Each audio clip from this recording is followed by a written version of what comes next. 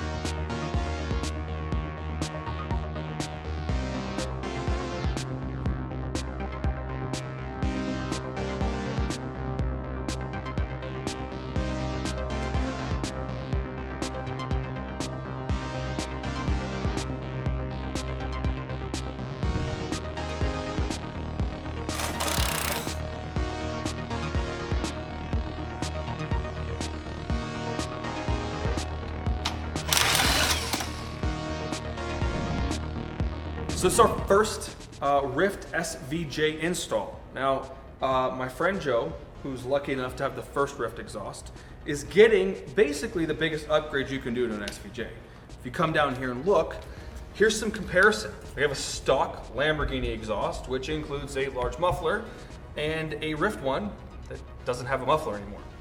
Best advantage of this system is that we've got a cutout right here that's going to allow the exhaust gases to exit quicker, which creates a larger flame.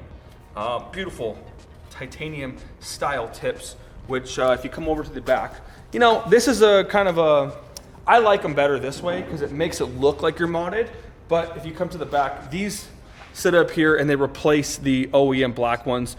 Both style tips can be used with the RYFT system, so if you like the black look, you can keep it, or if you got the titanium, we're going here. I'm just excited to get this exhaust installed. Every Lamborghini we do, this transforms the way it feels, transforms the way it sounds, and I think we're almost done. So let's get back to this and let's see how it sounds.